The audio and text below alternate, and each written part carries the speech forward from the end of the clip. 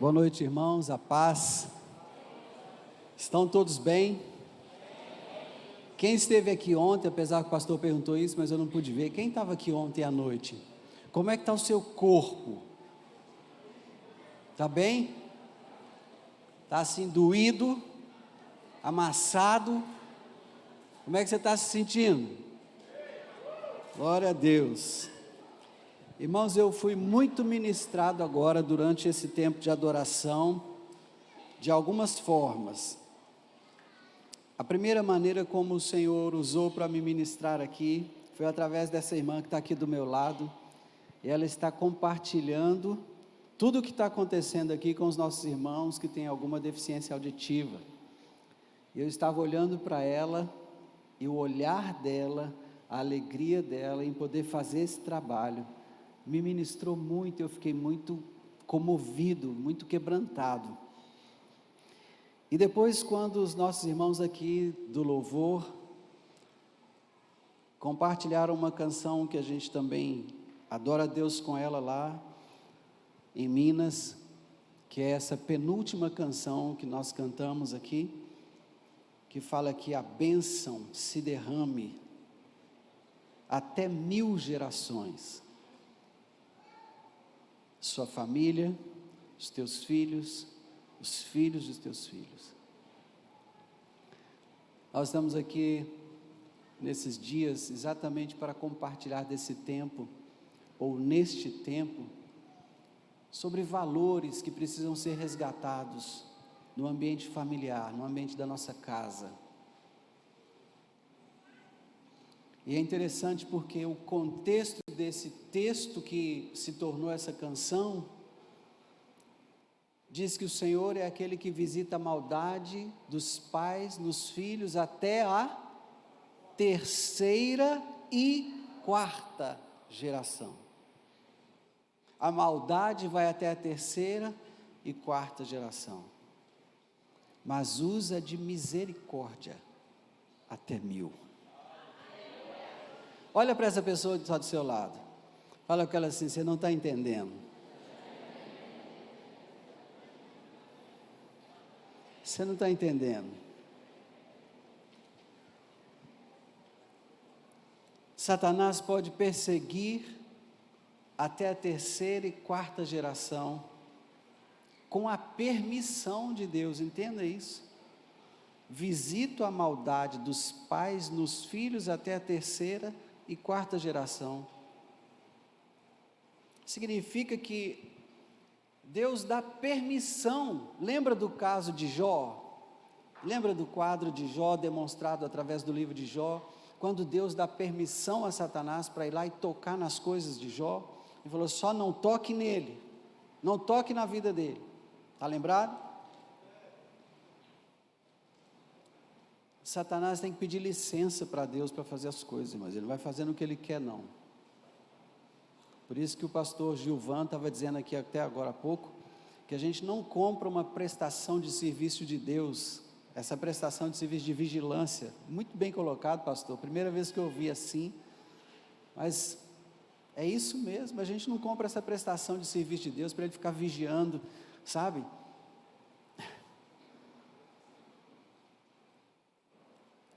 Mas há um ato voluntário em Deus, de liberar a misericórdia até 1000 gerações daqueles que o amam.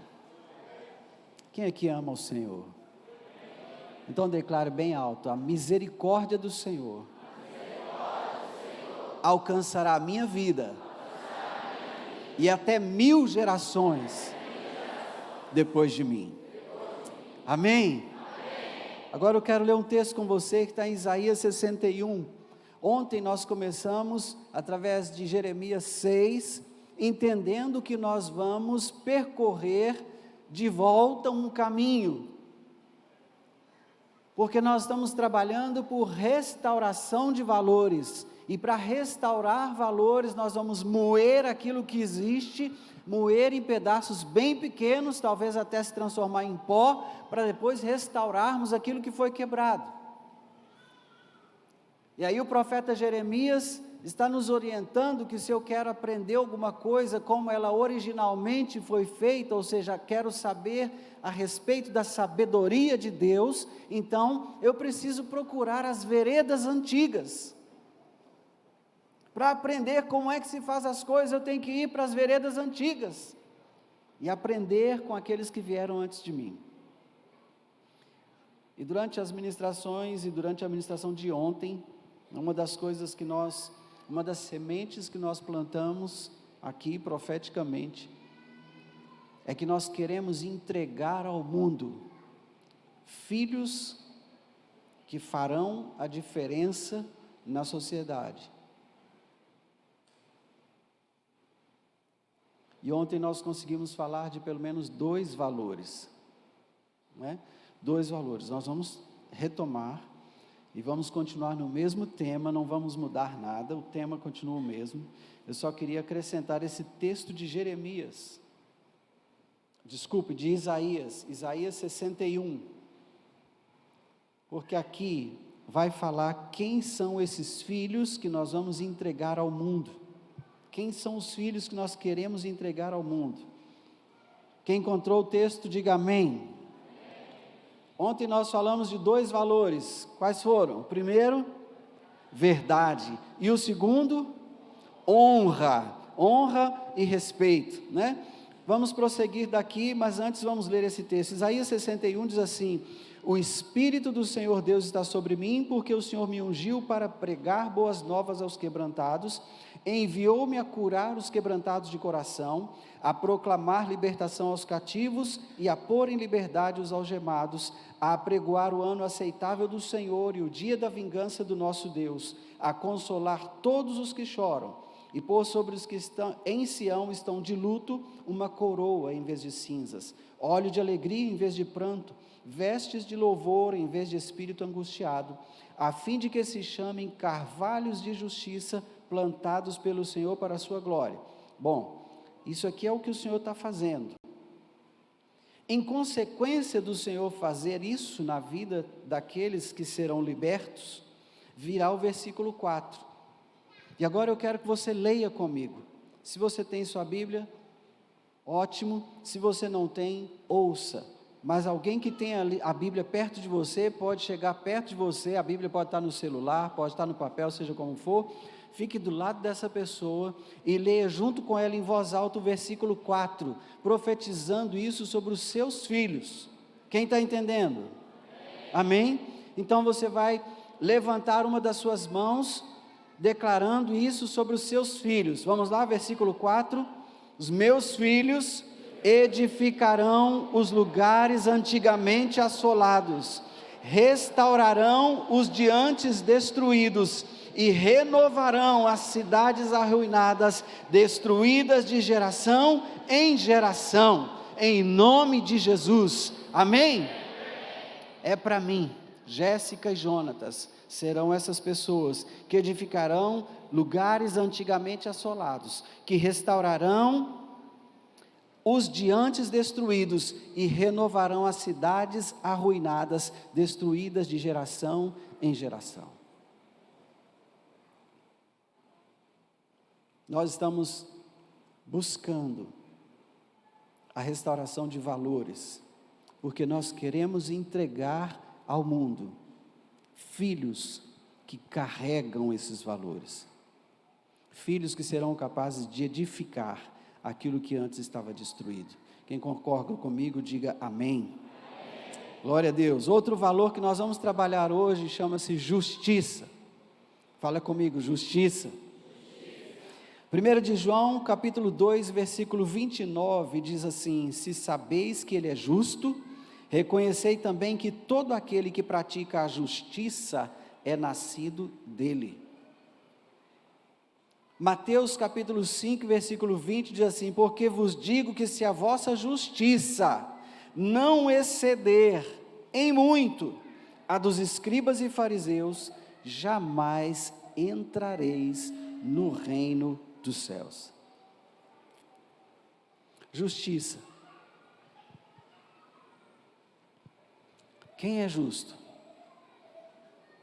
Justo é aquele que anda na lei do Senhor. Irmãos, eu vou dizer algo aqui, eu não sei o que vocês pensam a respeito, não conversei sobre isso com os pastores. Se porventura eles pensarem de forma diferente, eles vão me corrigir depois que eu for embora. Esse é o problema de trazer um convidado, né? A gente traz um convidado, ele fala um monte de besteira, depois a gente tem que corrigir tudo. Eu espero que não seja necessário. Jesus disse em certa ocasião: não cuideis que eu vim revogar a lei. Eu não vim revogar, mas cumprir. Quem aqui está liberado para matar? Ninguém levantou a mão. Quem aqui está liberado para adulterar? O pessoal não foi liberado, não. Quem aqui está liberado para roubar? Também não? Muito bem. Nós gostamos de taxar o fariseu de legalista. Nós gostamos de taxar o fariseu de religioso. Mas é interessante que ele serve de padrão para Jesus a respeito da minha e da sua justiça. Jesus disse: se a sua justiça não exceder em muito a justiça dos escribas e fariseus, você não vai entrar no reino dos céus. A questão é que os fariseus vigiavam o cumprimento da lei, nos mínimos detalhes. Eu perguntei a você se você está liberado para matar, se você está liberado para adulterar, se você está liberado para roubar. Sabe por quê? Porque isso é a lei, e são princípios básicos da lei do Senhor. O justo é aquele que pratica a lei. Deixa eu te dizer, há pessoas que foram doutrinadas de uma forma distorcida do meu ponto de vista, a respeito da lei. Porque a lei é aquilo que há de mais precioso para o hebreu.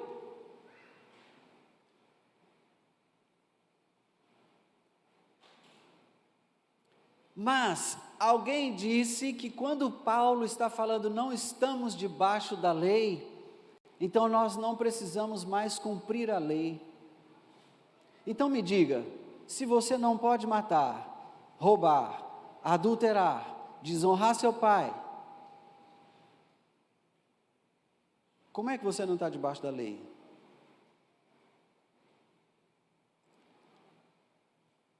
Como eu disse, depois o pastor Lima e o pastor Gilvan acertam as coisas aqui e corrigem o que eu disser que não estiver de acordo com o pensamento da paz. Nós somos da paz, amém? Nós somos da paz.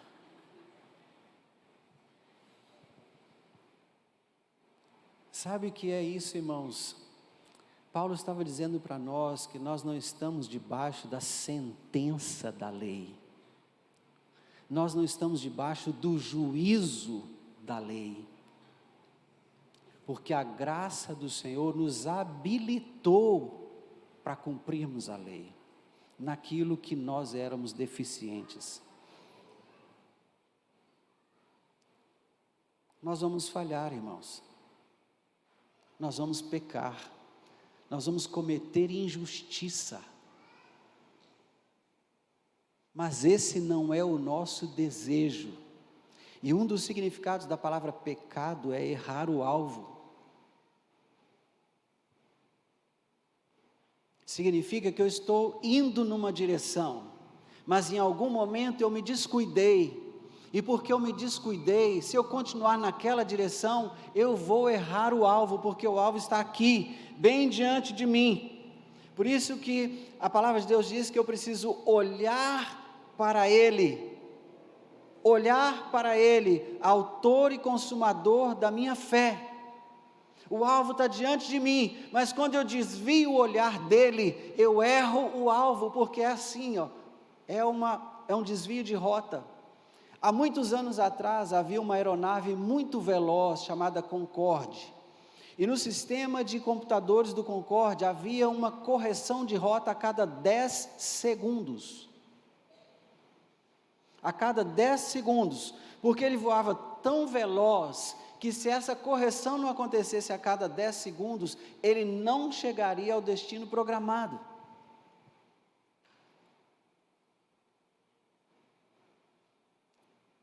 Diga à pessoa do seu lado assim: nós precisamos rever nossa rota todos os dias, várias vezes durante o dia, porque nós queremos ser justos, amém, irmãos?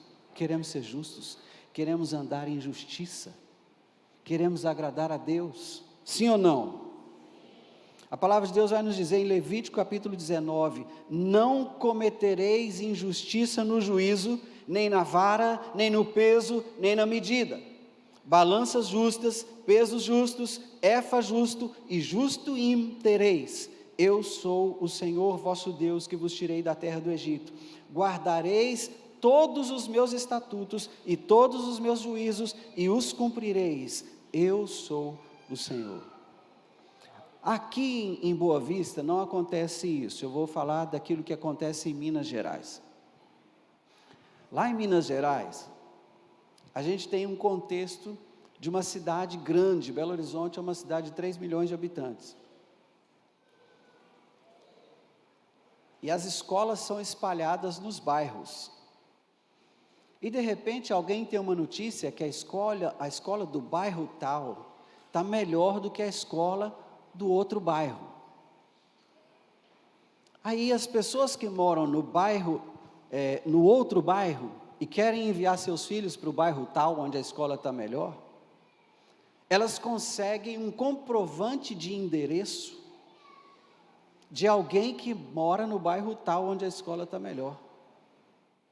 Aí elas matriculam o filho naquela escola, porque a escola pública, ela existe, ela tem um cadastro, não é?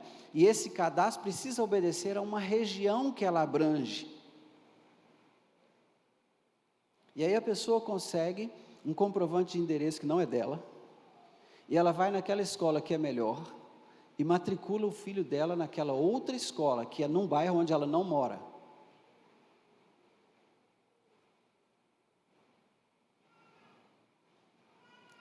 Isso não acontece em Boa Vista, isso é coisa de Belo Horizonte. Essa coisa de falsificar endereço, para escolher um lugar melhor para o meu filho estudar. Belo Horizontino, irmão. O povo difícil, o mineiro, eu sou mineiro.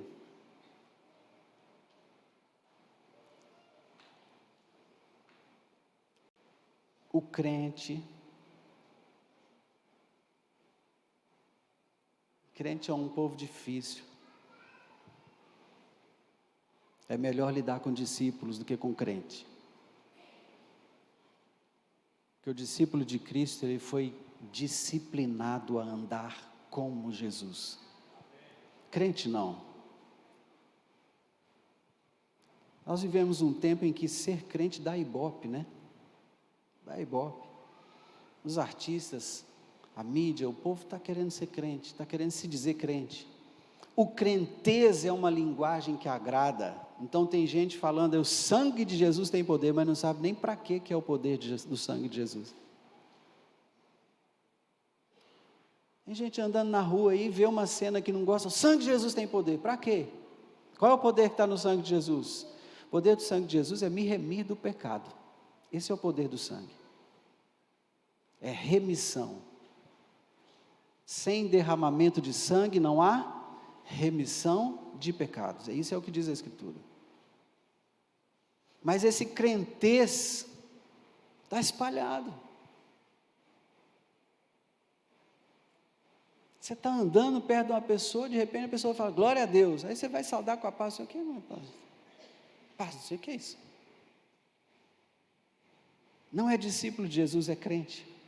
Mas como nós dissemos ontem, o diabo também é crente. E o que tem de crente cometendo injustiça descarada. Aí você matricula o filho, lá em Minas, né? Matricula o filho numa escola que não é no seu bairro. O seu filho está sabendo que ele está matriculado numa escola em outro bairro. Ele talvez não saiba a artimanha que foi montada para isso. E ele está crescendo numa mentira. Quando a igreja é coluna e baluarte da verdade.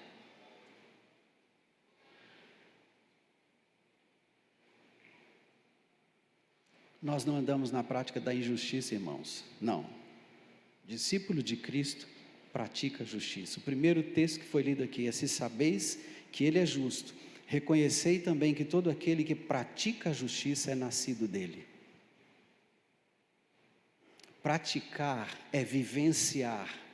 Praticar é fazer repetidas vezes. Praticar é fazer isso sempre. Aquele que pratica a justiça é nascido dele. E se eu ler esse versículo ao contrário? Aquele que pratica a injustiça nasceu de quem?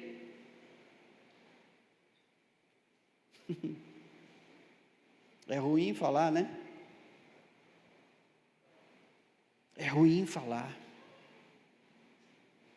Mas, irmãos, nós precisamos de alinhamento. Precisamos de um alinhamento espiritual como igreja do Senhor Jesus. Precisamos voltar para as Escrituras.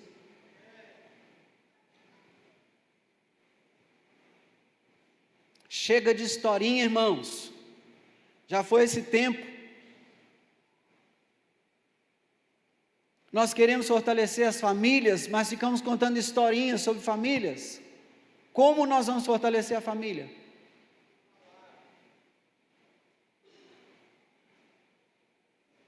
Temos que ir para as veredas antigas e encontrar esse caminho. Romanos 1, 16 e 17 fala assim: pois não me envergonho do Evangelho, porque é o poder de Deus para a salvação de todo aquele que crê, primeiro do judeu e também do grego, visto que a justiça de Deus se revela no Evangelho, de fé em fé, como está escrito: o justo viverá por fé. A justiça de Deus se revela no Evangelho. Você quer criar filhos fortes? Você quer ter uma família forte? Você precisa manusear o Evangelho todos os dias. Todos os dias. Quando o seu filho te fizer uma consulta a respeito de qualquer coisa dessa vida, você precisa dizer a ele: meu filho, tem um manual de instruções, você nasceu com um manual. Quando você viu o seu primeiro celular, na caixa com o celular, tinha um manual de instruções. Então, quando você nasceu, tinha um manual de instruções. Está aqui, vamos lá no manual? Vamos ver o que é que está escrito lá a respeito da sua dúvida? E aí então você vai pegar o Evangelho e vai ensinar para o seu filho o que é justo. O que é justiça.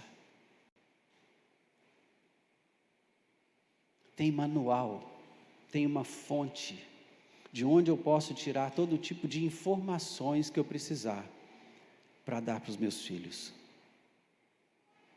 O problema é que esse manual nem está sendo mais carregado. As pessoas vão para a igreja, para a reunião da igreja, melhor dizendo, elas têm vergonha de carregar suas Bíblias. Interessante que dá ibope ser crente, mas carregar a Bíblia é vergonhoso. Que contrassenso. Como é que explica um negócio desse? Ser crente dá ibope, mas esse negócio de carregar essa rapadura aí não é comigo não. Conhece rapadura? Conhecem? Aqui o povo conhece rapadura? Tem que perguntar, né? Ficar carregando isso não é comigo. Irmão, se você abandonar o manual de instruções, você não vai tirar o melhor que Deus tem para a sua vida. Você não vai viver o melhor de Deus para você.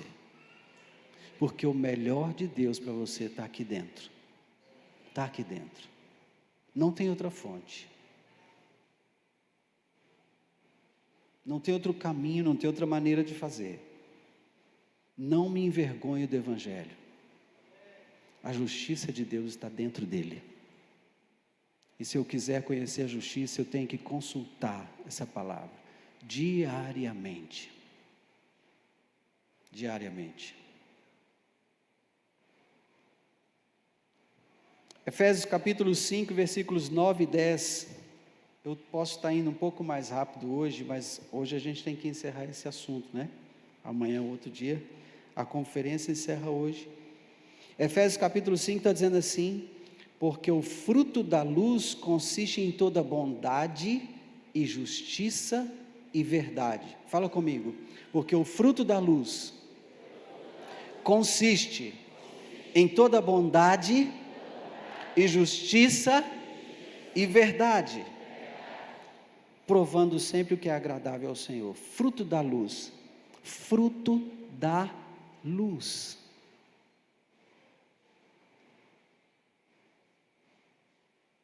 Fruto da luz, verdade, bondade e justiça.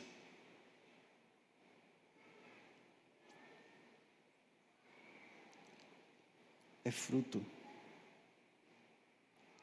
Se andarmos na luz, como Ele na luz está, temos comunhão uns com os outros, e o sangue de Jesus Cristo, seu Filho, nos purifica de todo o pecado.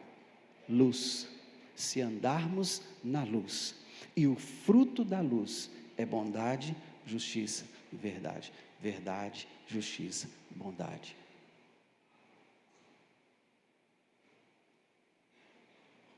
Efésios 6:1 traz um conselho para os filhos. Filhos, obedecei os vossos pais no Senhor, porque isto é justo. Você vai ensinar o seu filho. Quando ele desobedecer, você vai corrigir. Não é assim que é para fazer, dessa maneira.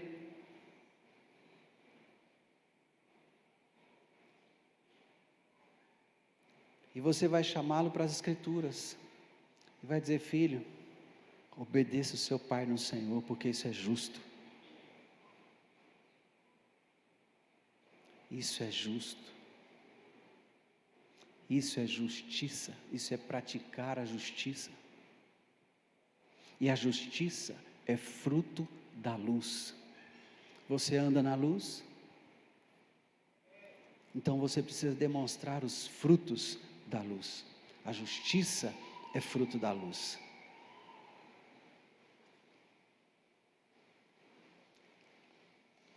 Quero que você compreenda algo. Parece que eu estou me detendo só na sua casa, falando de você, seu cônjuge e seus filhos. Mas eu também estou falando de discípulos, pessoas que você cuida, porque são para os discipuladores como filhos. Irmãos, nós estamos aqui para tocar essa terra com o poder de Deus. E Paulo disse que o Evangelho é o poder de Deus. Então nós vamos tocar essa terra com o Evangelho. E quando nós começarmos a ter contato com alguém que não conhece esse Evangelho, nós estamos semeando transformações na vida dessa pessoa que não conhece o Evangelho. E uma das transformações mais poderosas que vai acontecer na vida de um discípulo que está conhecendo Jesus agora, é que ele vai se tornar filho da luz. E como filho da luz, ele vai frutificar. E o fruto que ele produzir será bondade, justiça e verdade. Então, sim, nós queremos ter famílias fortes, mas também queremos ser uma família forte. Irmãos, a igreja do Senhor é uma família de muitos filhos semelhantes a Jesus, para a glória de Deus Pai.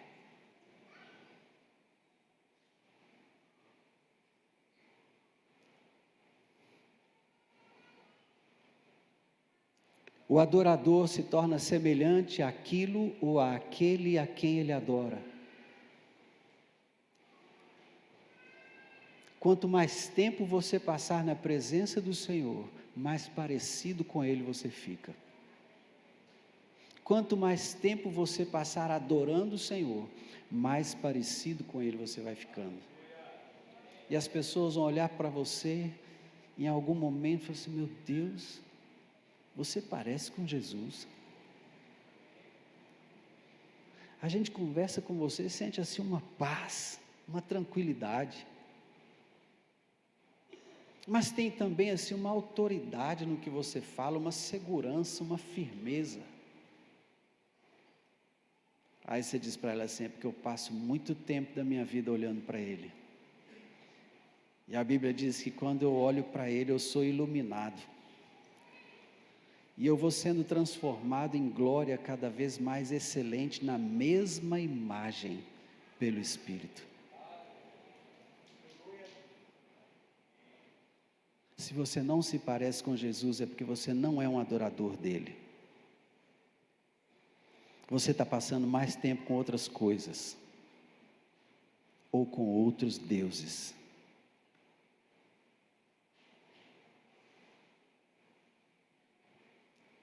Quem é o Deus a quem você está adorando? Porque é com Ele que você está se assemelhando, é com Ele que você está se parecendo.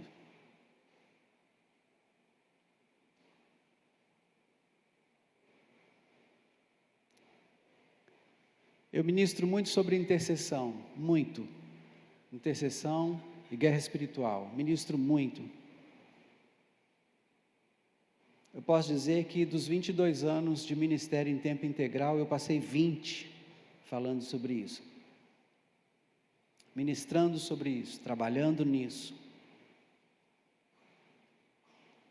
E uma das advertências que nós sempre damos aos intercessores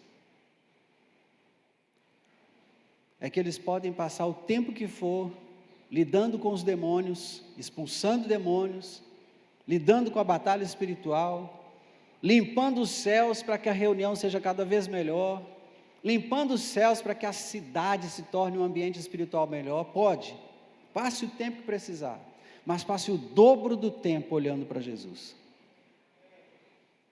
Irmãos, tem intercessores que ficam parecendo com os demônios contra quem eles lutam.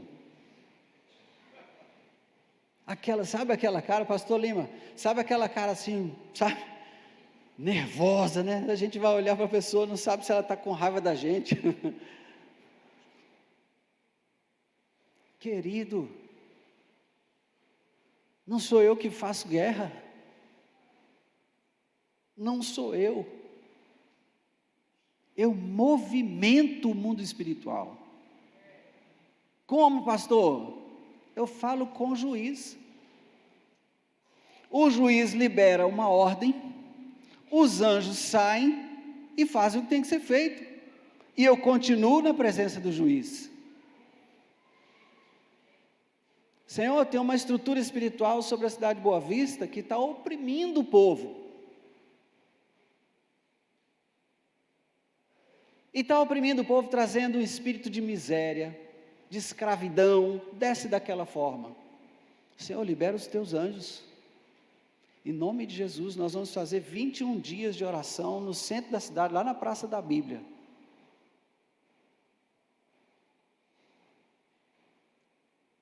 E vamos declarar: feliz é Boa Vista, porque conhece o Senhor.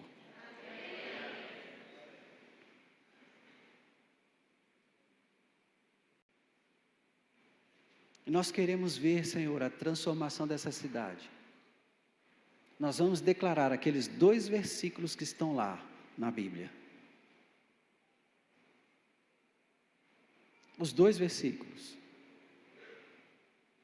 E vamos ficar 21 dias jejuando, orando e declarando só aqueles 2 versículos. Enquanto isso, Senhor, limpa os céus dessa cidade. Porque nós vamos ter logo depois disso um tempo de evangelismo criativo. E nós vamos sair pelas ruas, pelas praças, de forma bem direcionada, e nós queremos ter o contato com as pessoas e ver a luz do Senhor brilhar sobre elas, mas nós estamos olhando para o Senhor.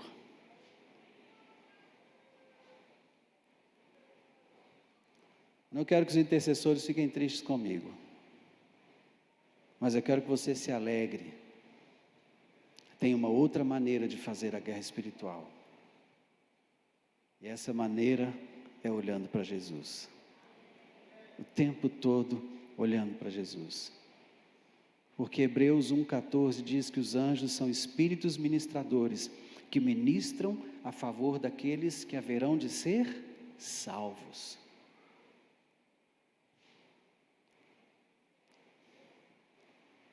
Amém ou não amém?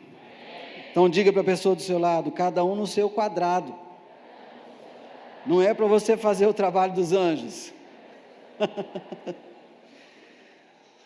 Estai, pois, firmes, cingindo-vos com a verdade e vestindo-vos da couraça da justiça. Efésios 6,14.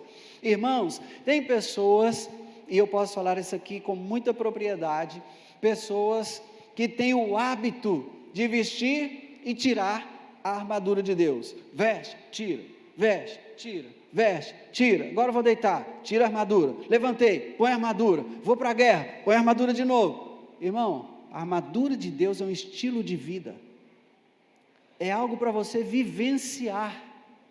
Não é uma roupa que você põe e tira. Então, quando Paulo está dizendo aqui, estai, pois, firmes, cingindo-vos com a verdade e vestindo-vos com a couraça da justiça, ele está chamando para você para um estilo de vida sobrenatural, viver na verdade e de forma justa. Não é roupa que você põe e tira, você não é crente domingo e depois descrente na segunda. Você não é discípulo de Cristo nos dias de reunião da igreja e nos outros dias você é um capeta. Pelo amor de Deus.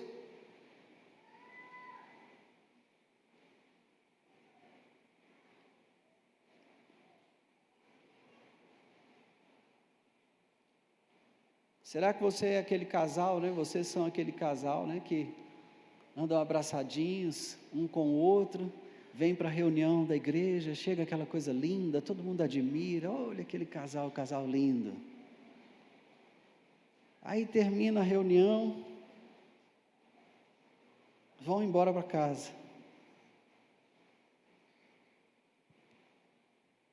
E aí só Deus e a esposa sabem que marido é aquele. Só Deus e o marido sabem que mulher é aquela. Alguém acrescentou um versículo à palavra de Deus, eu nunca achei em nenhum texto bíblico esse versículo. Porque o que acontece? Como a Bíblia vem sendo reescrita, e reescrita não escrita de forma diferente, mas escrita em línguas diferentes, não é? Originalmente o Novo Testamento foi escrito no grego, é o que nós sabemos pelos estudos teológicos.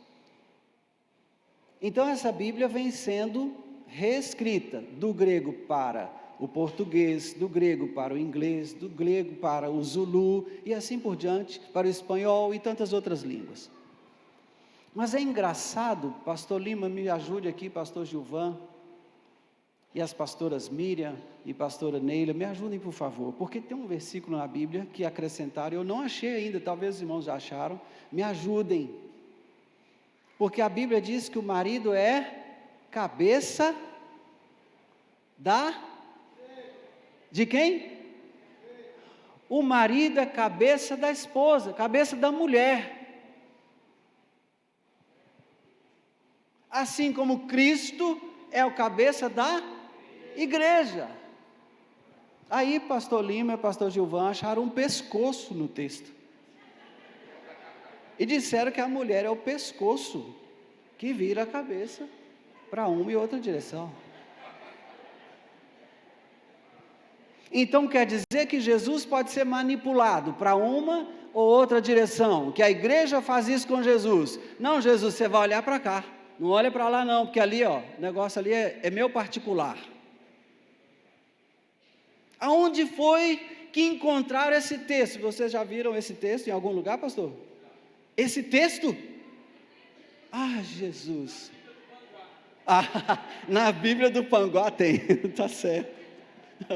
Jesus, querido, assustei agora.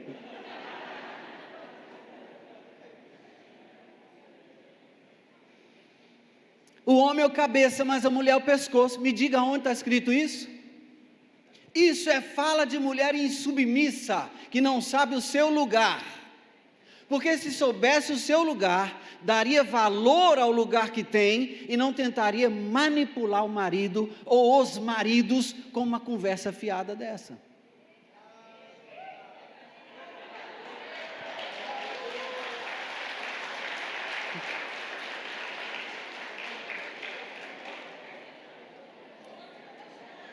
Ontem estava aqui conosco o irmão Gesiel, né? Que o pastor Gilvan chama de Júnior. E eu vi hoje que ele é o tecladista da banda, né? Gostei muito de ver isso. E eu pedi ao irmão Gesiel que viesse nos dizer aqui qual é a missão do exército. Então o irmão Gesiel veio e descreveu qual é a missão do exército. E aí eu estava dizendo aos irmãos que a submissão do irmão Gesiel é a missão do exército. Ou seja, a missão do irmão Gesiel está dentro da missão do exército brasileiro. Eu não sei se eu consegui, com todas as letras, dizer para as irmãs que a sua missão está dentro da missão do seu marido. E que qualquer coisa diferente disso não é submissão.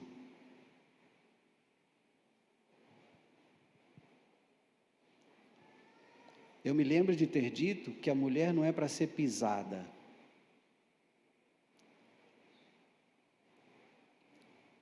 A missão da mulher está dentro do marido. O marido tem a missão de governar o lar.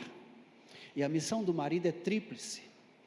Porque ela é sacerdotal, é profética e é de governo. Então o marido tem a missão de ser rei, profeta e sacerdote para a sua casa. Então, como rei, ele exerce governo sobre a casa. Como profeta, ele denuncia o pecado. E como sacerdote, ele atrai a presença de Deus para dentro do lar. Então, qual é a submissão da mulher? A submissão da mulher é mostrar para os filhos e tomar a consciência de que a casa é governada pelo marido. A última palavra é dele. Mesmo que a última palavra dele seja: eu concordo com o que você está dizendo, tem coerência no que você está dizendo, mas a última palavra é do marido, porque ele tem por prioridade exercer governo sobre a casa, mas o próprio marido está em submissão a Deus. Você está tendo problema com o tipo de governo que o seu marido está trazendo para casa? Conversa com o governante dele. Para de perder tempo discutindo com o seu marido. Para de perder tempo mostrando para os filhos que você não concorda com ele.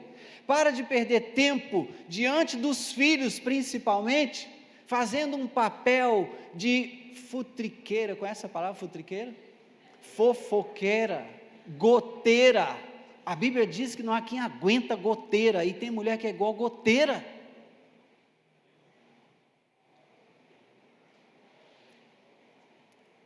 Põe a mão na sua cabeça, você que é mulher, e fala: Senhor, tem misericórdia de mim. Eu quero ser uma mulher que agrada o Senhor. Amém? Você é linda, você foi criada, a obra-prima da criação. Você era aquilo que faltava. Depois de tudo criado, faltou você. Você não está entendendo a sua preciosidade. Quando você sai do seu lugar, você está se rebaixando, você está diminuindo o seu valor, você está dizendo que você não é aquilo que Deus disse que você foi feita para ser. Está tendo problema com o governo da sua casa? Fale com quem governa sobre ele. Não fica dizendo, Deus fez o homem cabeça, mas eu sou o pescoço. Ora, minha irmã, você está fora do seu lugar. Me perdoe.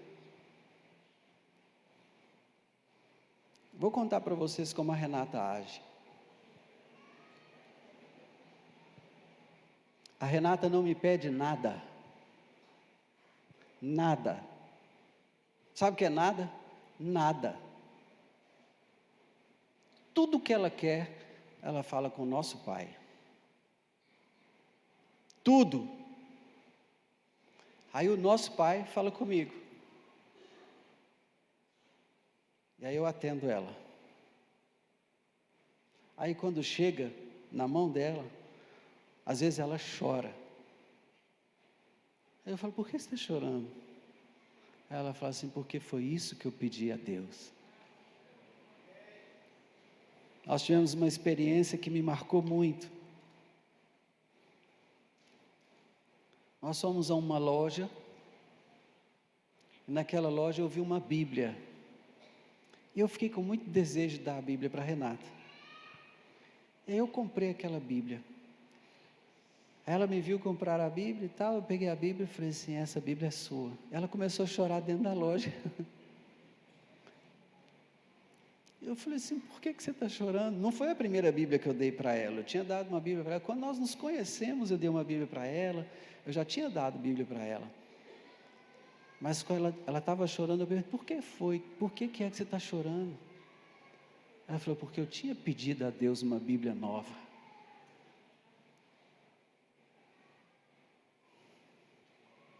Entenda, querido, você pode ir direto no Pai, falar com Ele qualquer coisa, e Ele vai falar com seu marido. Se o seu marido tiver um comportamento ruim, fale com ele, porque Ele vai trabalhar com seu marido. Não tenha nenhuma dúvida a respeito disso. Deus é Deus, há muito tempo. Então deixa Deus ser Deus na sua vida. Deixa Deus fazer na sua vida. Deixa Deus te dar experiências que você nunca teve. Para de ficar nesse nível aqui, ó, esse nível humano aqui embaixo, porque Deus nos chamou para os lugares altos. Ele nos fez assentar nas regiões celestiais muito acima de principados, potestades, dominadores desse mundo tenebroso.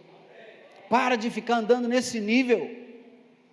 Quando você anda nesse nível, você desce ao nível de demônios. Deus te quer no nível dele. Ele te chamou para a família dele. Ele te deu um nome que veio dele. Ele te deu uma identidade que mostra quem ele é na sua vida. Então não desça desse lugar, querido. Fique em cima, não desça para esse lugar. Eu sei que tem homens que são difíceis. Eu sou chato, vocês não têm noção. Mas Deus anda se me domando, entendeu? Deus trabalha comigo. Deus quebranta meu coração. Deus me mostra onde eu erro. Várias vezes eu tenho que me arrepender e tenho que pedir perdão para minha esposa, para os meus filhos. Mas eu quero ser um homem da verdade, eu quero ser justo, eu quero andar em justiça. Existem dificuldades? Claro que existem, eu sou humano também como você, existem dificuldades sim, e muitas, mas o Senhor tem me ajudado, eu tenho caminhado, a Renata tem me ajudado, ela é a minha primeira intercessora. Eu fico aqui ministrando, de vez em quando eu olho para ela, ela está lá assim, está mandando fogo aqui no altar, fala assim, eu queimo essa língua, não deixa falar o que não vem do Senhor não.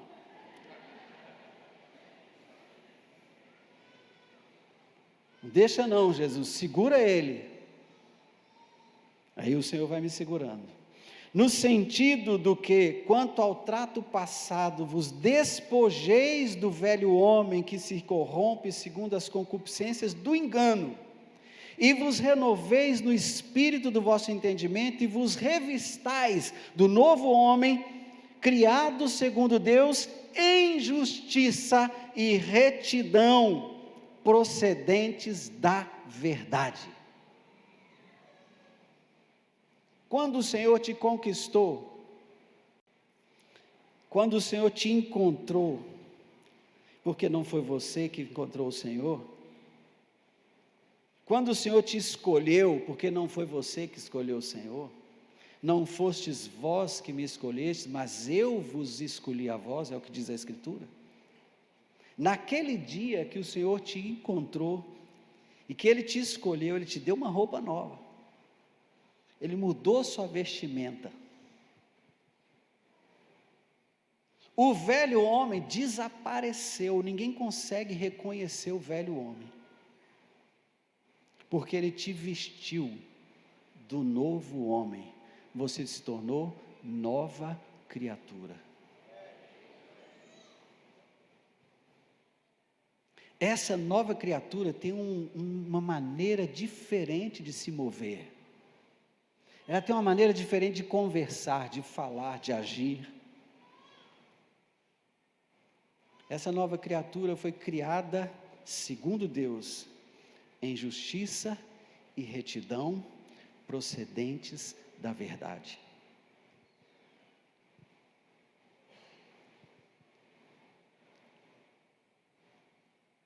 Se você não está andando em justiça e retidão procedentes da verdade, você está deixando o velho homem se movimentar na sepultura.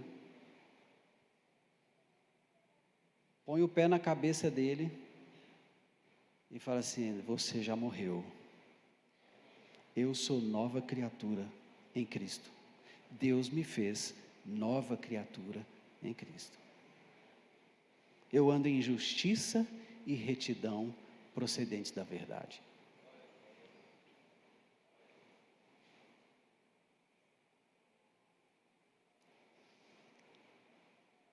Filhinhos, não vos deixeis enganar por ninguém. Aquele que pratica a justiça é justo, assim como Ele é justo. Aquele que pratica o pecado procede do diabo, porque o diabo vive pecando desde o princípio. Para isso se manifestou o Filho de Deus, para destruir as obras do diabo. Todo aquele que é nascido de Deus não vive na prática do pecado, pois o que permanece nele é a divina semente. Ora, esse não pode viver pecando porque é nascido de Deus. Nisto são manifestos os filhos de Deus e os filhos do diabo. Todo aquele que pratica a justiça não procede de Deus, nem aquele que não ama seu irmão. Justiça. Quem pratica a justiça é de Deus.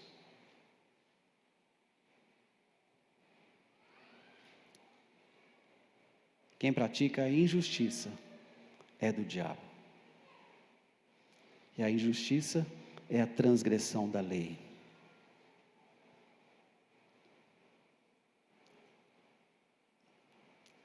Pedro vai dizer que Jesus carregou no madeiro, sobre o madeiro, os nossos pecados, para que nós, mortos pelos pecados, vivamos para a justiça.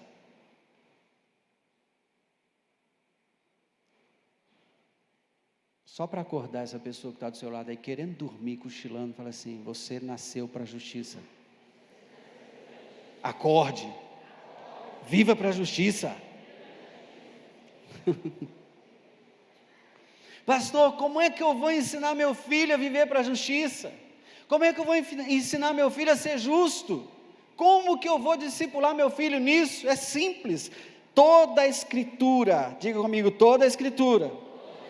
Se é toda a Escritura, sobrou algum pedaço que não seja? Não. Então, toda a Escritura é inspirada por Deus e útil para o ensino, para a repreensão, para a correção, para a educação na justiça, a fim de que o homem de Deus seja perfeito e perfeitamente habilitado para toda boa obra. Quer ensinar seu filho? Vá para a Escritura, vá para a palavra, ensine o seu filho sobre obediência na Escritura, com base nas Escrituras. Mostre para ele que Jesus, mesmo sendo Deus, era sujeito aos seus pais em todas as coisas. Mostre para ele a obediência. Tome o Evangelho e mostre o que é obedecer, o benefício da obediência e as consequências da desobediência. Toda a Escritura é divinamente inspirada e ela está aqui para você instruir os filhos em justiça, para que ele seja perfeito e perfeitamente habilitado para toda boa obra. Seu filho vai ser alguém que vai fazer o bem. Tudo o que você precisa é tomar as Escrituras como manual de instrução e instruí-lo em justiça. Nada mais.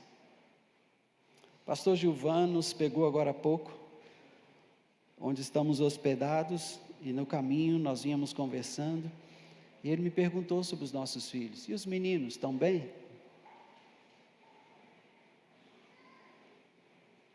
Eu falei, pastor, eles estão bem. Eles estão preparando um jantar para os solteiros. Já montaram uma mesa, estão preparando a ceia. Eles vão cear juntos agora à noite. Irmãos, eu não deixei essa orientação para eles. Eu não falei com eles o que eles tinham que fazer. Mas ao longo da vida, eles estão sendo instruídos sobre como andar em justiça. Como viver uma vida reta. Estão sendo instruídos a vida toda.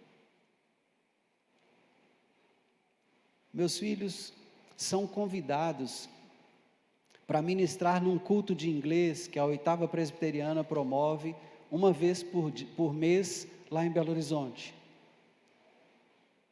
Mas a Jéssica tem responsabilidade com o louvor e o Jonatas também. Então eles decidiram que não vão sair os dois. Quando for a Jéssica, o Jonatas fica e apoia o louvor e a mídia.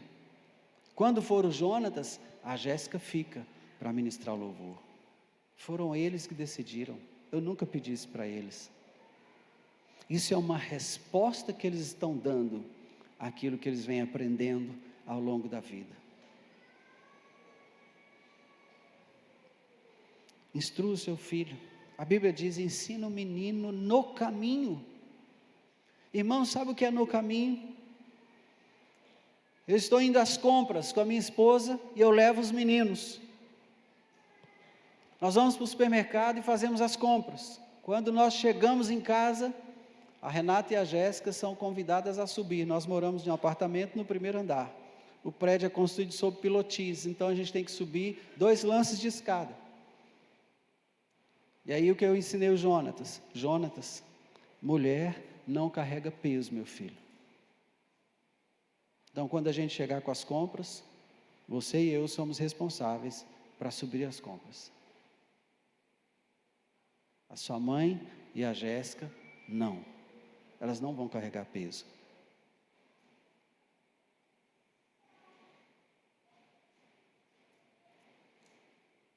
Pastor, então os homens são os burros de cargo da casa? Não, querido. Homem não é burro de carga, não. Às vezes as mulheres são até mais fortes que eles. Aguentam mais a carga do que eles. Mas essa é uma forma de honrar. Então ele é educado, Jonatas é educado para honrar aquela mulher que vier a ser a esposa dele, mas também para honrar qualquer mulher, tratar com honra e com respeito.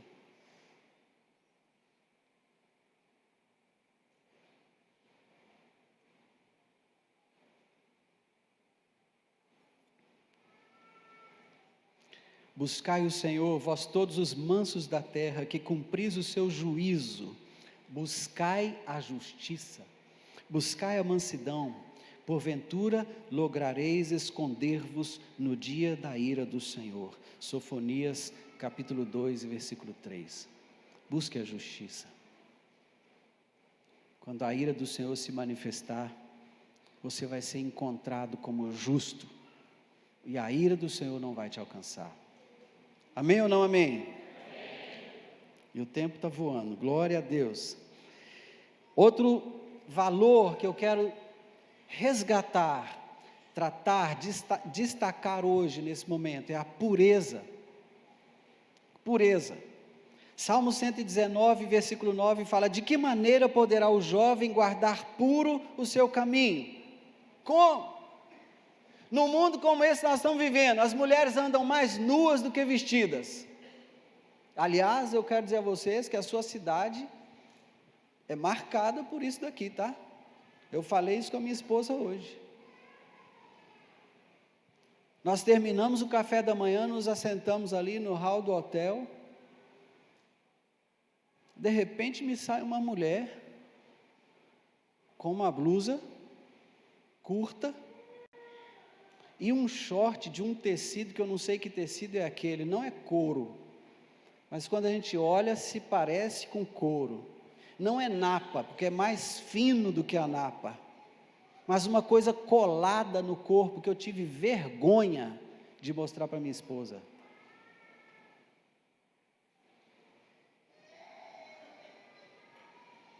A mulher perdeu o senso do valor do corpo que ela tem. E ela mostra o corpo para qualquer homem. E depois fica procurando um marido para se casar.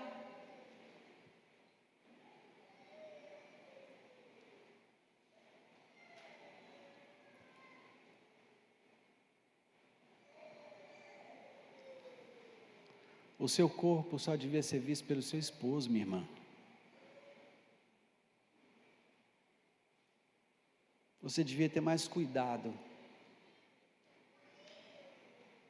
ao andar com o corpo desnudo, permitindo que qualquer um veja o colo.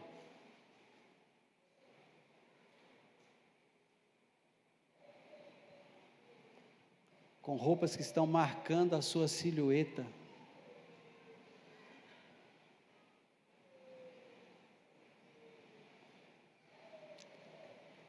Como é que pode o jovem se guardar puro? A resposta está no mesmo versículo. Como é que poderá, de que maneira poderá o jovem guardar puro o seu caminho? Aí a resposta está aqui mesmo. Observando-o segundo a tua palavra. Está vendo que tem resposta para tudo que você quiser na Bíblia?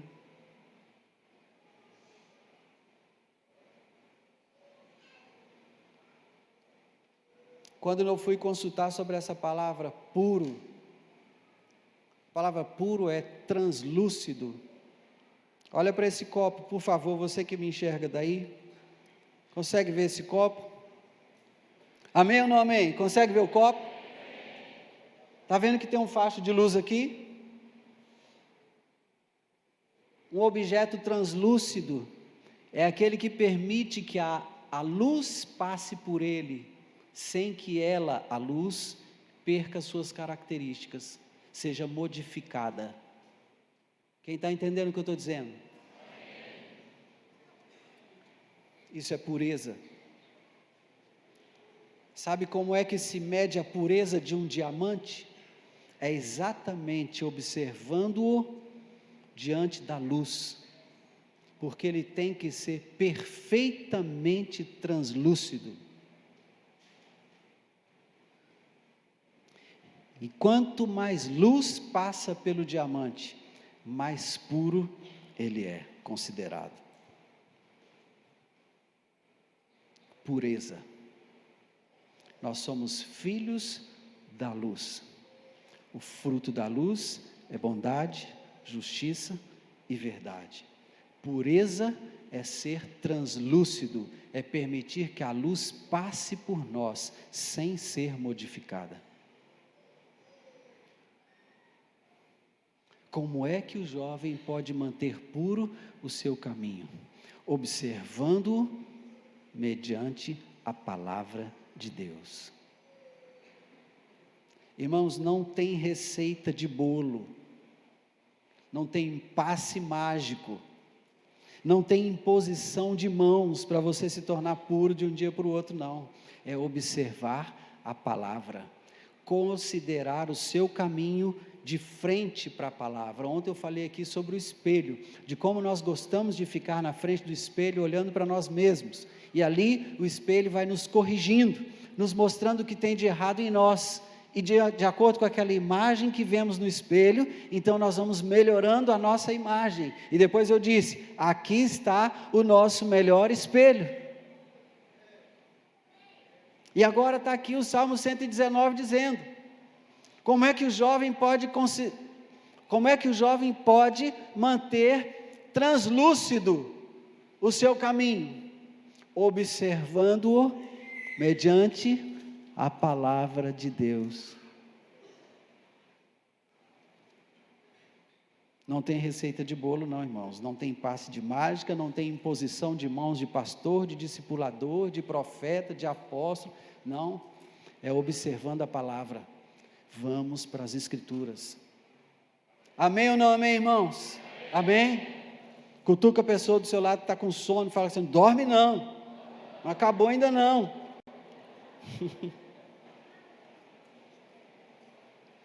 Efésios capítulo 5 fala, mas a impudicícia e toda sorte de impurezas ou cobiça, nem sequer se nomeie entre vós, não fale disso, como convém a santos, nem conversação torpe, nem palavras vãs ou chocarrices, coisas essas inconvenientes, antes pelo contrário, ações de graças. Sabei, pois isto, nenhum incontinente ou impuro, ou avarento que é idólatra, tem herança do reino de Cristo e de Deus. Ninguém vos engane com palavras vãs, porque por essas coisas vem a ira de Deus sobre os filhos da desobediência. Portanto, não sejais participantes com eles, pois outrora erais trevas, porém agora sois luz no Senhor. Andai como filhos da luz.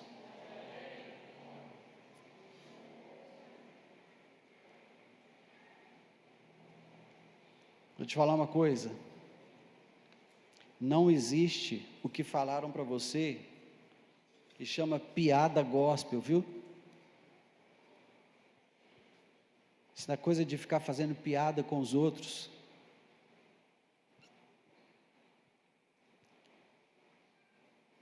Tem gente que gosta de brincar com a imagem dos outros, pastor. E aí faz piada.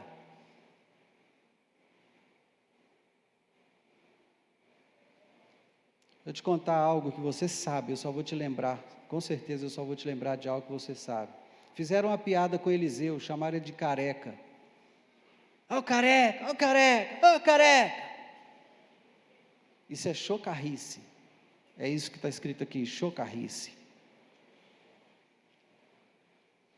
O Eliseu liberou uma palavra, e um urso devorou aqueles que estavam na chocarrice. Sabe por que as pessoas têm perdido o temor? É porque o que nós vemos no Antigo Testamento acontecia literalmente, era visível aos olhos. E o que nós vemos no Novo Testamento acontece em cima. Você não consegue ver com esses olhos, mas acontece do mesmo jeito, porque o mundo espiritual é o mundo real. Aqui é só sombra.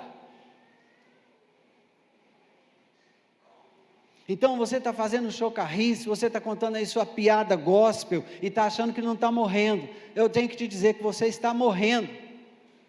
Espiritualmente mortos, desarraigados, é que Judas vai dizer. Palavras torpes, usando palavrão. Diz que é servo de Deus, mas saiu da reunião, Se tiver uma chance, o palavrão sai na hora. Está dirigindo, o outro vem, dá-lhe uma fechada, pronto, foi suficiente.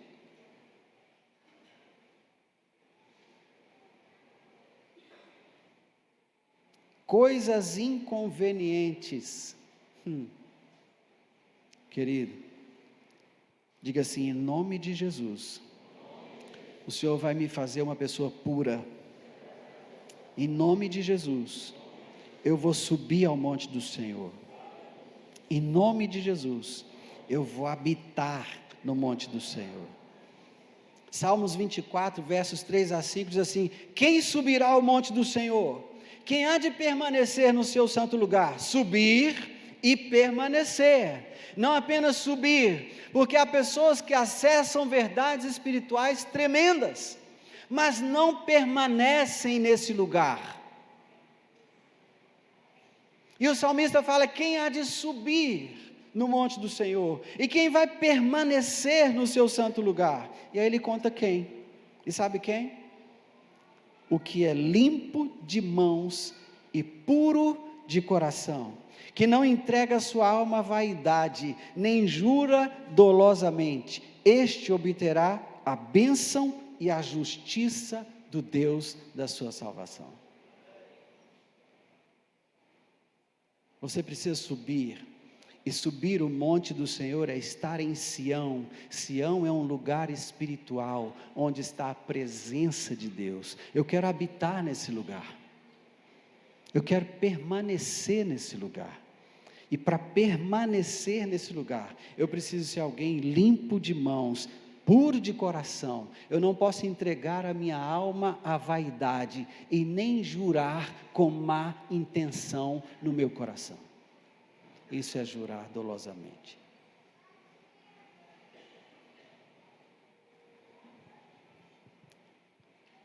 Foge das paixões da mocidade, segue a justiça, a fé, o amor e a paz, com os que de coração puro invocam o Senhor.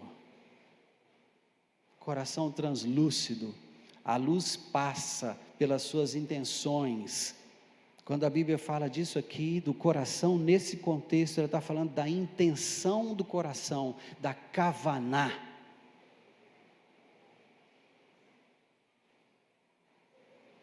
Então a luz de Deus pode vir sobre o meu coração, e ela não será modificada. Foge das paixões da mocidade, e anda com essa gente de coração puro, amém? Fala assim: anda comigo. Pouca gente corajosa aqui, pastor. Cadê os corajosos, os que têm fé? Fala assim: anda comigo. Anda comigo. Porque eu sou alguém de coração translúcido. Eu sou alguém de coração puro. Então anda comigo. Aleluia. Querido, não é por força, não é por fé. Não é na força do meu braço, mas é na graça de Deus. Ele que me habilita para andar na luz. Ele é quem me habilita para ser translúcido, para não contaminar a luz dele antes que ela chegue para outra pessoa.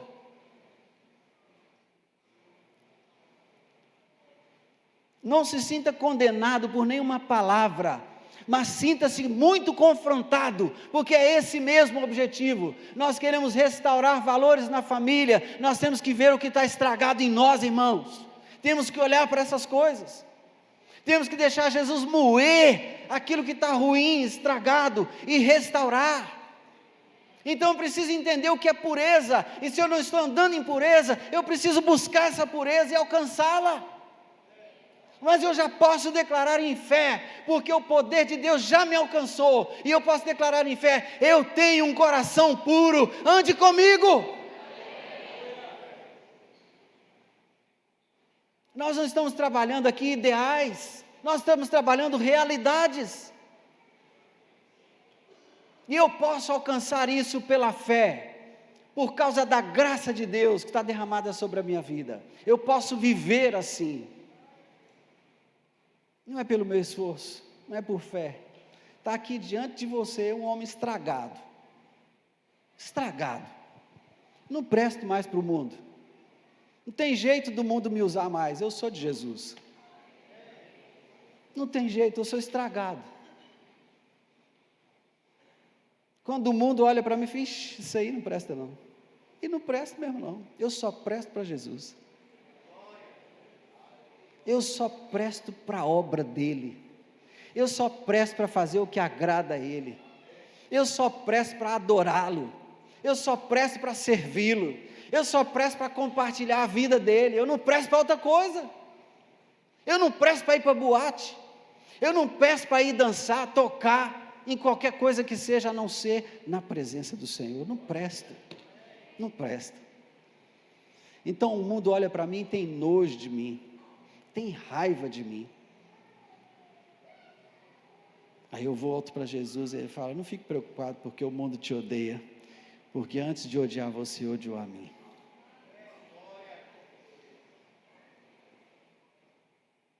Aí eu dou glória a Deus. Eu não presto mesmo. Eu não presto mais para esse mundo. Isso, portanto, digo, e no Senhor testifico, que não mais andeis como também andam os gentios, na vaidade dos seus próprios pensamentos, obscurecidos de entendimento, alheios à vida de Deus por causa da ignorância em que vivem, pela dureza do seu coração, os quais, tendo se tornado insensíveis, se entregaram à dissolução, para com avidez cometerem toda sorte de impureza. Mas não foi assim que aprendestes a Cristo. Impureza, para lá. Tem ninguém aqui na minha esquerda? Não, para lá. Impureza, para lá. Eu vou andar puro diante de Deus. Eu serei transluzente. A luz do Senhor vai passar por mim e vai alcançar outras pessoas. Outro valor, o amor. E no que diz respeito ao amor, eu vou imitar Deus. Sede, pois, imitadores de Deus como filhos e amados, e andai em amor. Andai em amor, como também Cristo nos amou e se entregou a si mesmo por nós, como oferta e sacrifício a Deus em aroma suave. Então, no que diz respeito ao amor, eu vou andar em amor, e eu serei imitador de Deus. Imitador de Deus. Eu serei um imitador de Deus.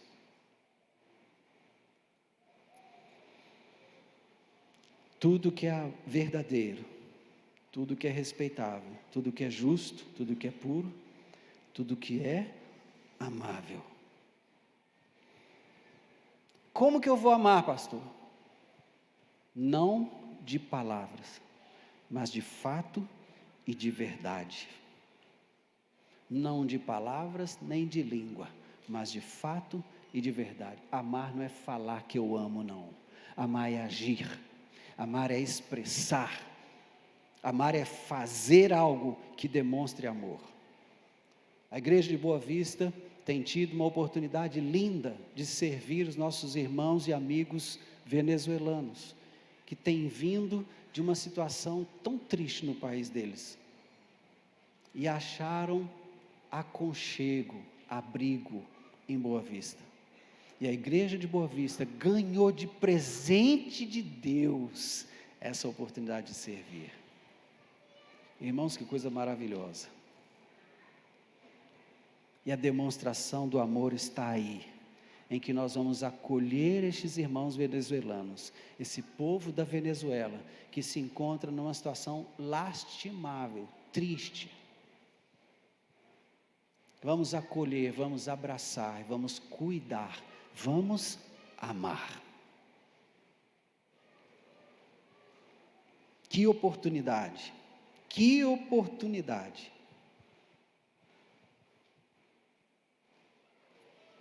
Eu não sei se os músicos aqui conhecem nosso irmão Daniel de Souza.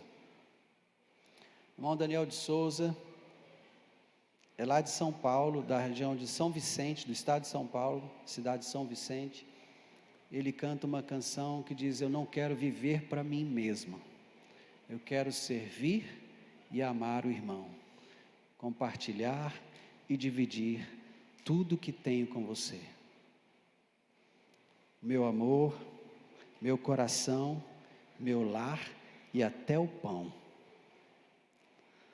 Queridos, no dia que Deus deu essa canção para o nosso irmão Daniel, eu acompanho o ministério dele há muitos anos, e ele conta que no dia que o Senhor deu essa canção para ele, ele não tinha nada em casa para comer.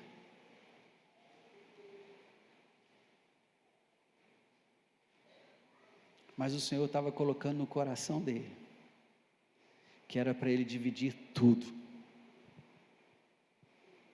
Meu amor, meu coração, meu lar e até o pão.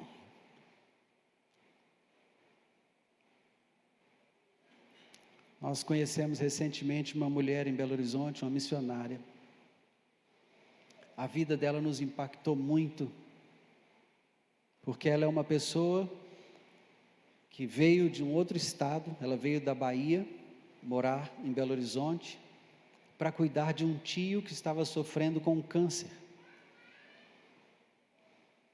E o tio morreu e ela permaneceu, e ela estudava em Belo Horizonte naquela ocasião, mas esse tio tinha uma filha que a oprimia demais. Então, pastor, depois da aula, às vezes, ela saía pelas ruas de Belo Horizonte, sentava num ponto do ônibus, e passava a noite sentada no ponto do ônibus, para não voltar para casa, e se encontrar com a prima que a oprimia tanto. E ali, dormindo ou passando a noite acordada, nos pontos dos ônibus, assentada ali, ela conheceu muitas pessoas em situação de rua, pessoas que viviam de catar recicláveis nos lixos, papelão, latinhas, plásticos, e ela passou a conviver com aqueles moradores em situação de rua,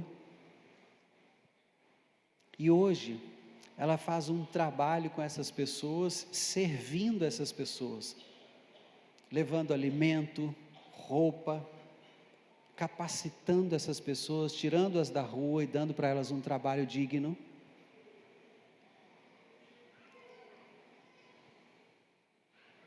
E ela tem uma doença chamada neuralgia do trigêmeo. E a neuralgia do trigêmeo provoca uma dor que é conhecida como a dor do suicídio, porque algumas pessoas se matam por não suportarem a dor.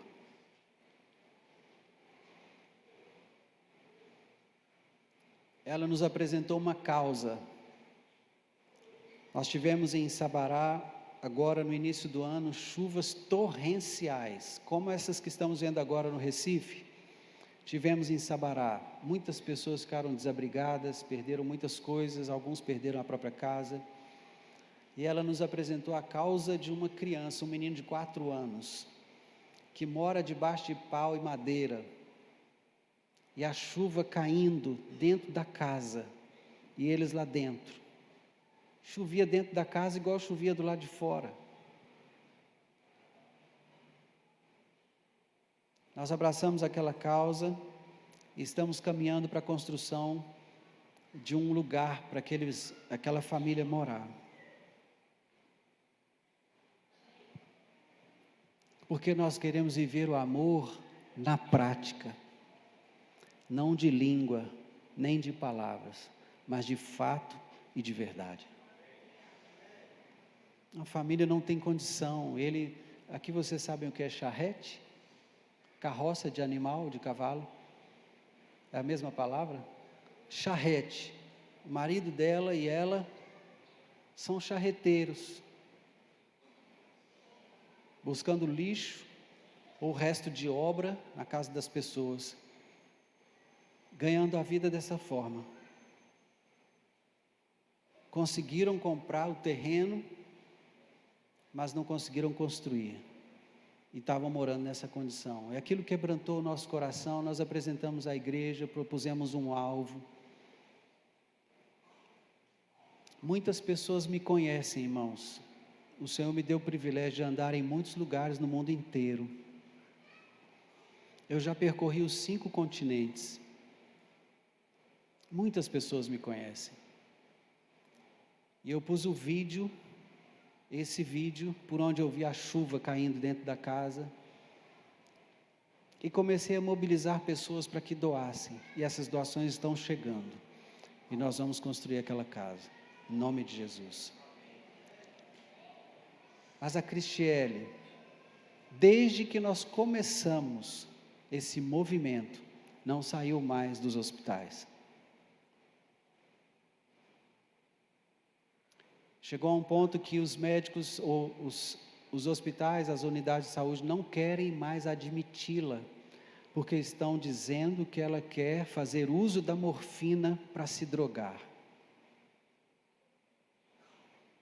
Pessoas que não se interessaram pelo caso dela,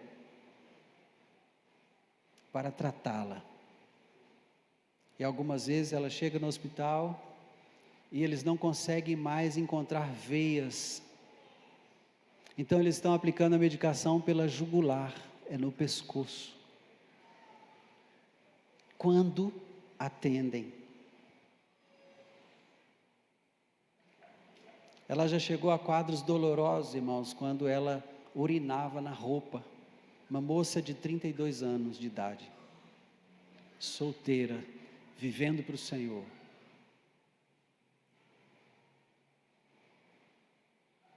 A Cristiele é biomédica, é psicanalista, está no 5º ano de medicina, é perita criminal e está sendo acusada de ser uma drogada.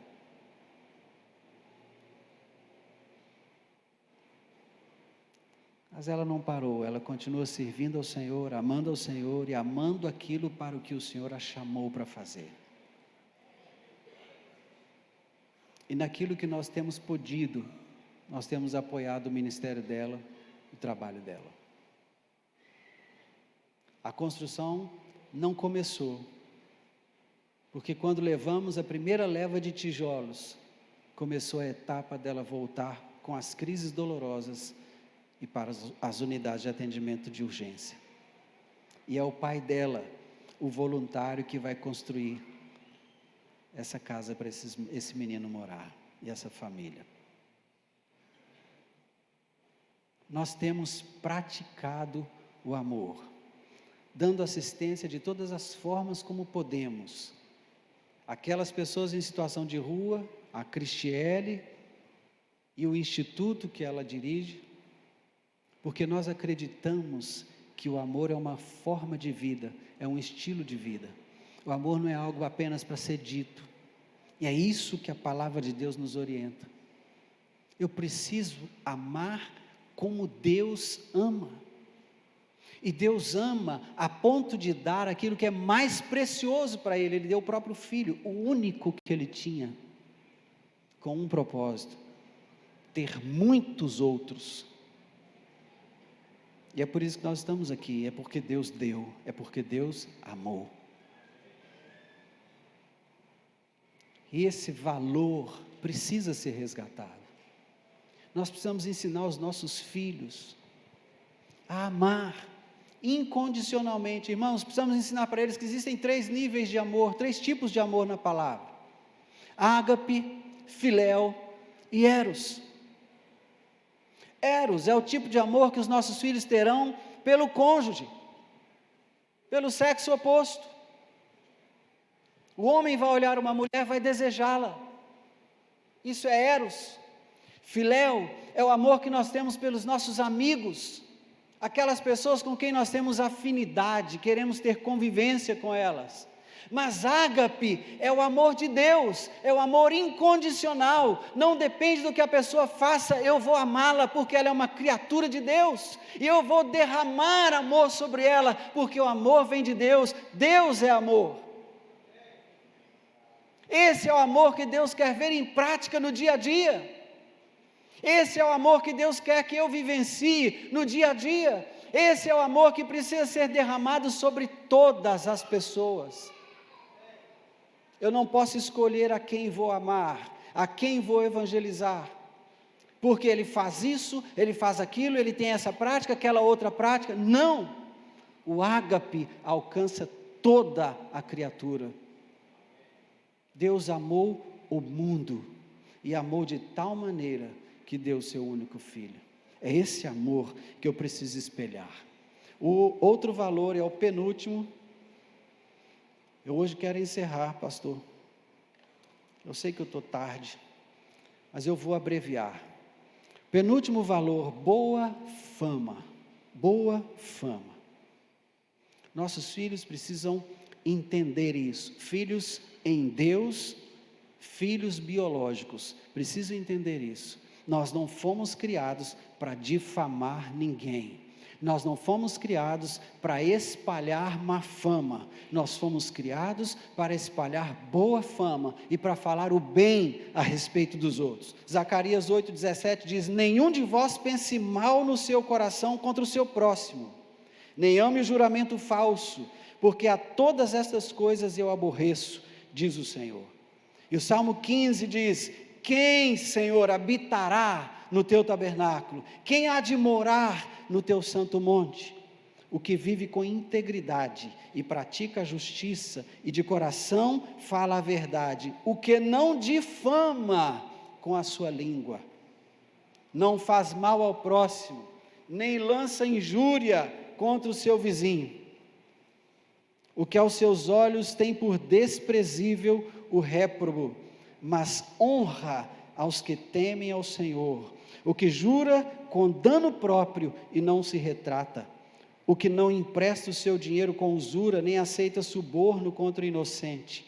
Quem deste modo procede, não será jamais abalado. Esse salmo resume todo o contexto que dissemos desde ontem, no princípio até agora.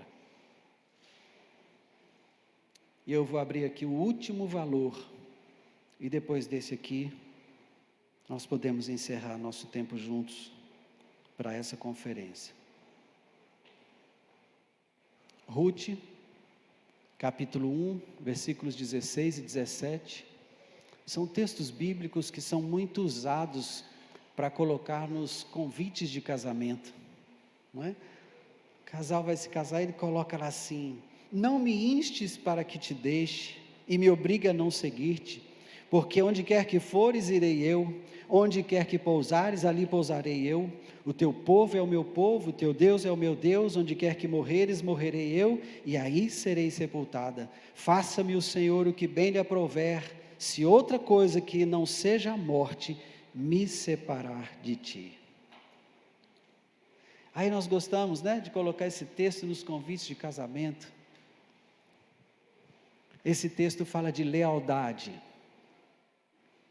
Ruth era nora de Noemi, ela era uma moabita, não era israelita, não conhecia o Deus de Israel, a não ser pelo testemunho da própria Noemi. Mas morreu o marido da Noemi, morreu também o marido da Ruth, e o cunhado dela, o concunhado dela também morreu.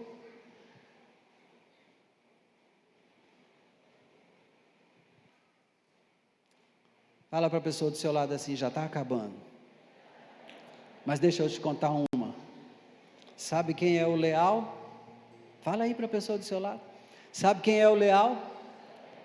O leal é aquele que nunca vai te abandonar. Aconteça o que acontecer, o leal é aquele que nunca te abandona. Filhos leais não colocam seus pais nos asilos. Filhos leais não abandonam seus pais para morrerem doentes sozinhos.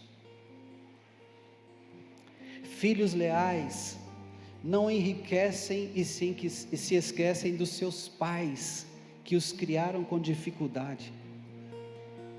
Filhos leais são aqueles que não abandonam seus pais. Discípulos leais são aqueles que não abandonam seus discipuladores. Será que existe lealdade no seu coração? Ou será que é a primeira vez que você ouvir alguma proposta, alguém dizendo para você: vem para a minha igreja, você tem potencial, você vai ser colocado imediatamente na liderança?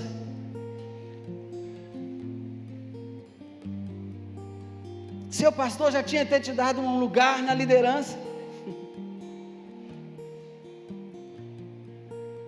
E aí você, por causa de uma ambição que não está em Deus, enganado pela sutileza e o engano do diabo. Porque eu tenho que te dizer, se alguém de outro ministério fizer essa proposta para você, você pode se virar para ele e falar assim: filho do diabo, quem foi que deu a você o direito de falar em nome de Deus?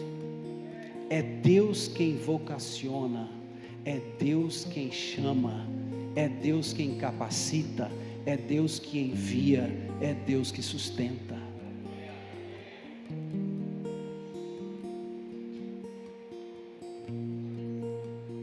Seja leal, seja leal.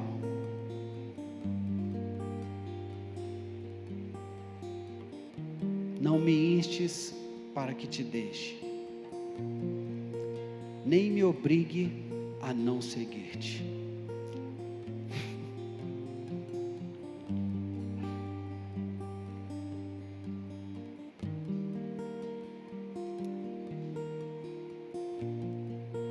Porque onde quer que fores, eu irei.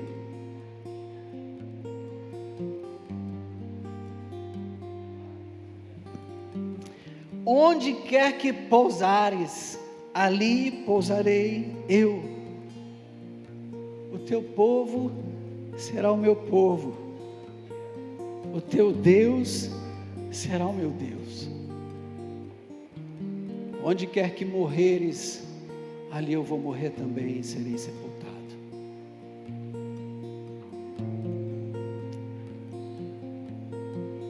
O Senhor faça de mim o que Ele quiser, se houver qualquer coisa que não seja a morte que me separe de você.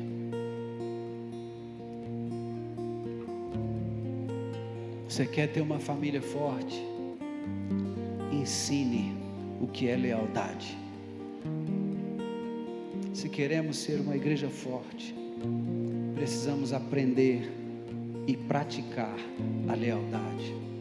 Se queremos ser uma nação forte, precisamos entender como aplicar lealdade.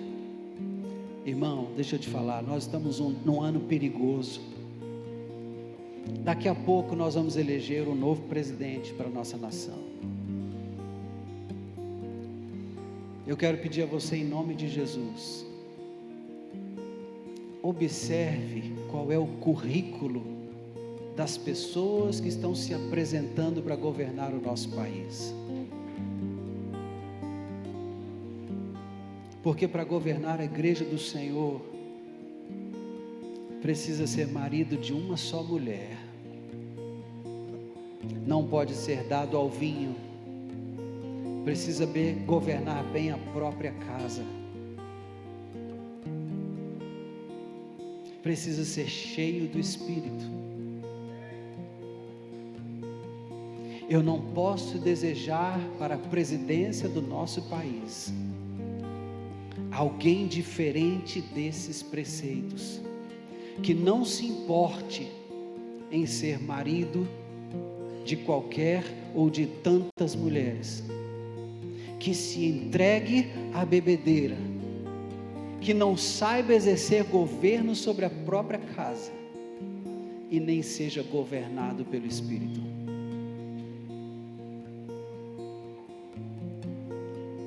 Nós estamos às margens, à borda de uma linha divisória muito perigosa para a nossa nação. Então, em nome de Jesus, avalie se estes valores dos quais nós temos falado aqui nesses dias estão mesmo na sua vida, na sua casa, e na vida daquele que pretende presidir a nossa nação. Tudo que é verdadeiro, tudo que é respeitável, tudo que é justo, tudo que é puro, tudo que é amável, tudo que é de boa fama, se alguma virtude há e se algum louvor existe, seja isso o que ocupe o vosso pensamento.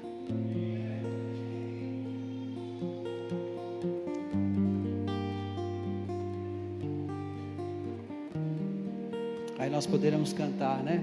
Que a bênção se derrame até 1000 gerações. Sua família, os teus filhos e os filhos dos teus filhos. Amém. Vamos orar. Podem ministrar. Vamos adorar o Senhor. Levante. Eu quero pedir que os pais estejam com os filhos agora, que a família esteja juntos. Nós celebramos esses dias Pentecostes. Sabe, querido, no contexto da palavra de Deus, nessa ocasião, os pais oram pelos filhos e os abençoam. Abençoam os filhos para que eles vão, para que eles cresçam, que eles expandam. Então eu quero pedir a você que é pai e mãe, agora, abençoe seus filhos. Vocês estão próximos, abençoe, abençoe, abençoe. Diga ao seu filho: filho, você vai ser cheio de amor. Filho, você vai ser cheio de honra, de respeito. Você vai ser cheio de pureza, de justiça. Você vai ser alguém leal. Eu aponto você, filho. Eu entrego você como um presente para a nossa nação, um presente para esse mundo corrompido. Abençoe, abençoe, abençoe, abençoe, abençoe seus filhos, abençoe seus filhos, abençoe seus filhos.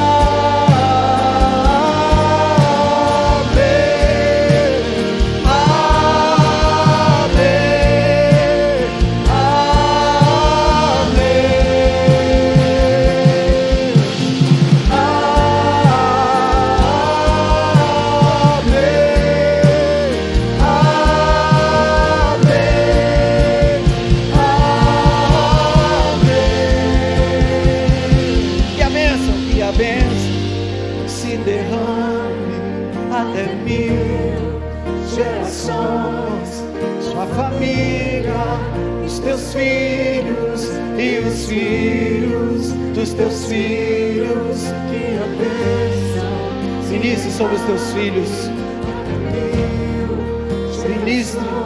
Ministro. Pastor Lima, vem cá, pastor. Vem cá, pastor Gilvan. Vem cá. Venha com as suas esposas. Vem cá, Renata.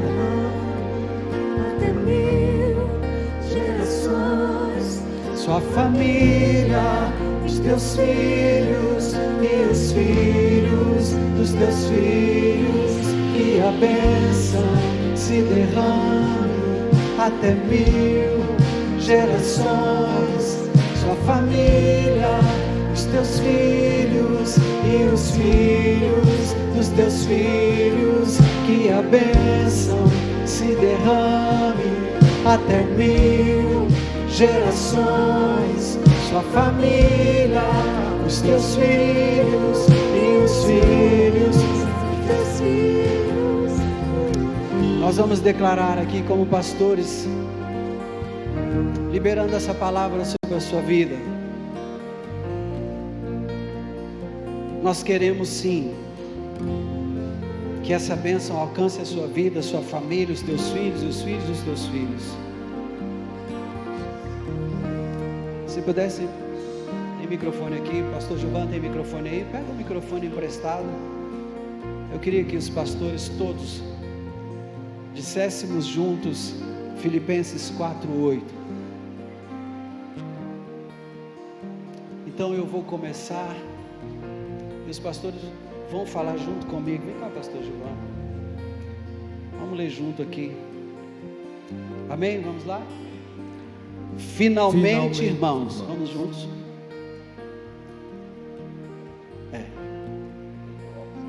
Tá ruim? Não tem problema, eu vou falar, você vai repetir. Finalmente, irmãos, tudo que é verdadeiro, tudo que é respeitável, tudo que é justo, tudo que é puro, tudo que é amável, tudo que é de boa fama, se alguma virtude há, e se algum louvor existe, seja isso o que ocupe o vosso pensamento. Aleluia. Em nome de Jesus. O Senhor te abençoe e te guarde. O Senhor faça resplandecer o seu rosto sobre ti e tenha misericórdia de ti. O Senhor sobre ti levante o seu rosto e te dê a paz. Amém? Aleluia.